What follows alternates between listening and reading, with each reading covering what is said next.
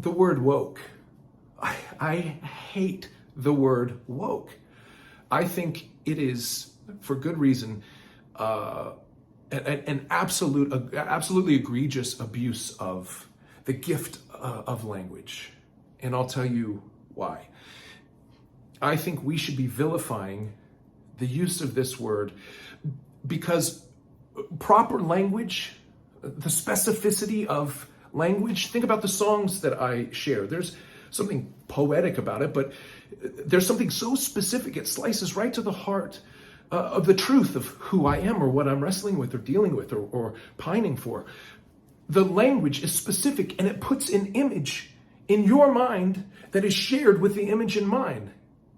If I've done a good job as a songwriter, we are sharing in the same image in our mind. We have a shared emotional connection that is direct and distinct. If I've done a poor job, we're singing songs about two completely different things. When we use language, we have an obligation and a responsibility to be so specific that people cannot mince our words, that people cannot misunderstand what we're getting at. But when we use a word like woke, it gives all the latitude to the hearer to fill in the blanks about what I'm actually saying. What is a woke? Is it a noun? When Ron DeSantis was recently reelected, the first thing he said was Florida is where woke goes to die. Is woke a noun? Is woke a living, breathing thing? How can it go there to die? Whatever could you mean, Ron DeSantis? What could you actually be saying in your veiled contempt? Well, leave it to the hearer to fill in the blank. The word woke has come to be a substitute for whatever we hate the most, whatever we despise the most, whatever we vilify, whatever we want to rally around, whatever our monster is, that is the woke.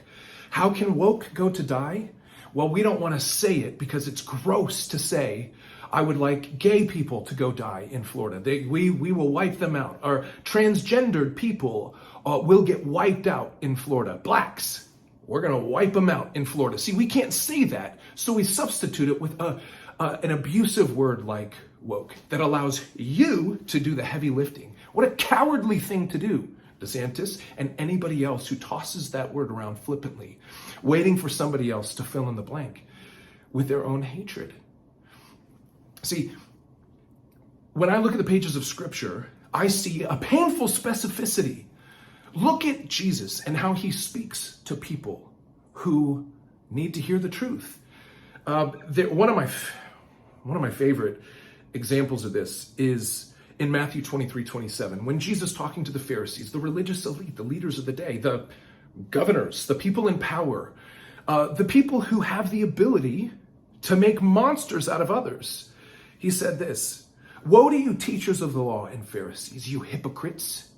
You are like whitewashed tombs, which look beautiful on the outside, but on the inside are full of the bones of the dead and everything unclean." I look at DeSantis using words like woke to vilify other individuals who have different wants and needs, who have a different biology and experience life in a different way and are looking for love in the way they best know how. When he vilifies people like that, I think of this. Oh, you look wonderful on the outside. All the trappings and trimmings of a cleaned up, gussied up politician. But you are full of dead men's bones and everything unclean with what you are doing and where you are leading people. This army of radicalized Christians who love the comfort of uniting behind a force of mayhem aimed at somebody else they don't like. Jesus left no room for doubt when talking to people.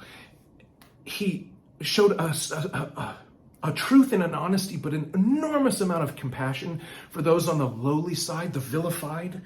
I'm sure if he met the transgendered, gay, black community, whoever is having the hardest time in this society that we have today, he would show an enormous amount of compassion for the worst among them.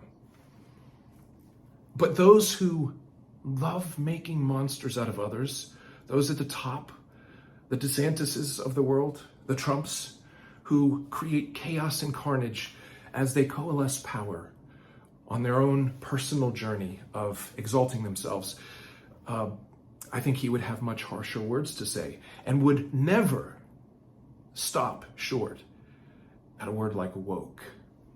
This is why I think it's important that we cling to an objective truth in our world. And I find that through the pages of Scripture. I'm reminded of that through the pages of Scripture. And I invite you to free yourself of the nebulous nature of what our world is calling us to, and instead find something more painfully specific to hope for.